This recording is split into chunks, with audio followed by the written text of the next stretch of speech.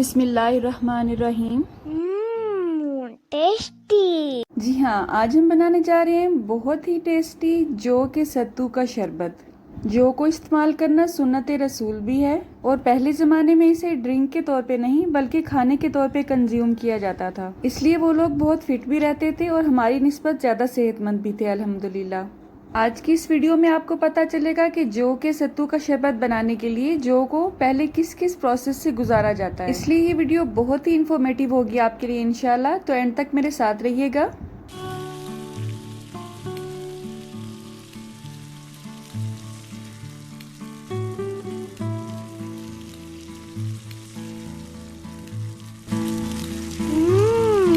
Tasty. सत्तू बहुत तरह से बनाया जाता है। कुछ लोग इसे नमकीन पसंद करते हैं और कुछ लोग मीठा। आज हम इसे मीठा बनाएंगे। इसे मीठा बनाने के लिए मैंने यहाँ पे देसी शक्कर का इंतखाब किया है। आप चाहें तो इसमें चीनी भी ऐड कर सकते हैं, लेकिन वो ज्यादा हेल्दी नहीं होती है। इसलिए सत्तू में या तो गुड़ को यूज किया जाता है या फिर इसमें देसी शक्कर यूज की जाती है। आपके पास अगर दानेदार ब्राउन शुगर है तो आप उसमें वो भी ऐड कर सकते हैं। ये सब आप पे डिपेंड करता है।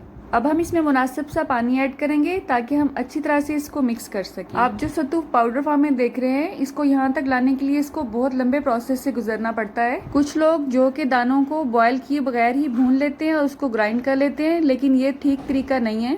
इसलिए असली सत्तू बनाने के लिए जौ को पहले बॉयल किया जाता है, उसके बाद उसे धूप में या छाँव में अच्छी तरह से फैलाकर ड्राई किया जाता है और इस उबली हुई खुश्क जौ को हमारी जुबान में घुंघरियाँ कहा जाता है।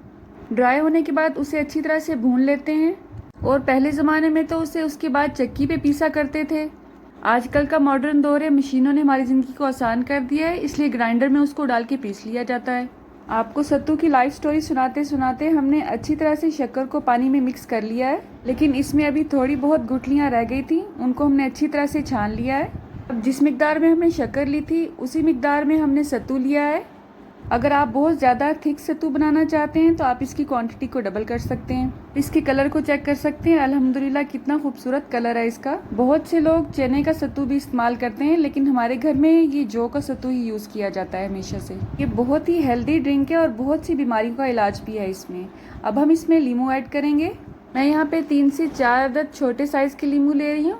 उसका रस आप देख सकते हैं तकरीबन 2-3 चम्मच ही निकला है। आप चाहें तो इसे स्किप भी कर सकते हैं, लेकिन अगर आप इसे ऐड करते हैं तो ये मजीद हेल्दी हो जाता है। आप अपनी पसंद के मुताबिक इसमें काला नमक भी ऐड कर सकते हैं, लेकिन हमारे घर में क्योंकि बीपी के पेशेंट्स हैं इसलिए मैं वो ऐड नहीं करती हूँ इसमें। ये सत्तू बीपी के पेशेंट्स के लिए बहुत ही हेल्दी होता है। इसके अलावा कोलेस्ट्रोल को, बुरे कोलेस्ट्रोल को डाउन करने में बहुत ही मददगार साबित होता है। इसके अलावा अगर आप अपने आप को थका थका महसूस करते हैं और अपने आप में फौरी एनर्जी लाना चाहते हैं तो आप इसका इस्तेमाल शुरू कर दें।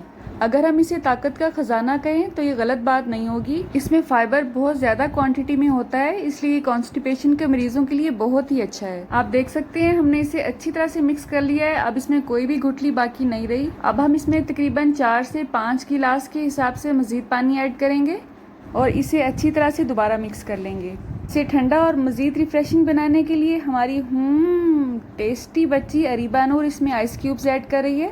बस इतनी सी ही बात थी और अल्हम्दुलिल्लाह हमारा जौ का सत्तू बिल्कुल रेडी है। आज की ये वीडियो मैंने शॉर्ट बनाई है, कभी आपको डिटेल्ड में जौ को बॉयल करके दिखाऊंगी, उसे खुश्क करने के बाद उसे भून के दिखाऊंगी और उसे ग्राइंड करके भी दिखाऊंगी इंशाल्लाह, अगर ज़िंदगी ने इजाज़त दी तो। अगर आपको मेरी ये हेल्दी एफर्ट ज़रा सी भी अच्छी लगी हो तो मेरी इस वीडियो को उन लोगों से ज़रूर शेयर कीजिएगा जो कि हेल्दी और नई नई रेसिपीज सर्च करने के शौकीन हैं। अल्लाह आप सबका दस्तरखान सजाए रखे और हम सबको सेहत और ईमान का रिज़्क अता फरमाए। मेरी नेक्स्ट वीडियो तक अल्लाह हाफ़िज़।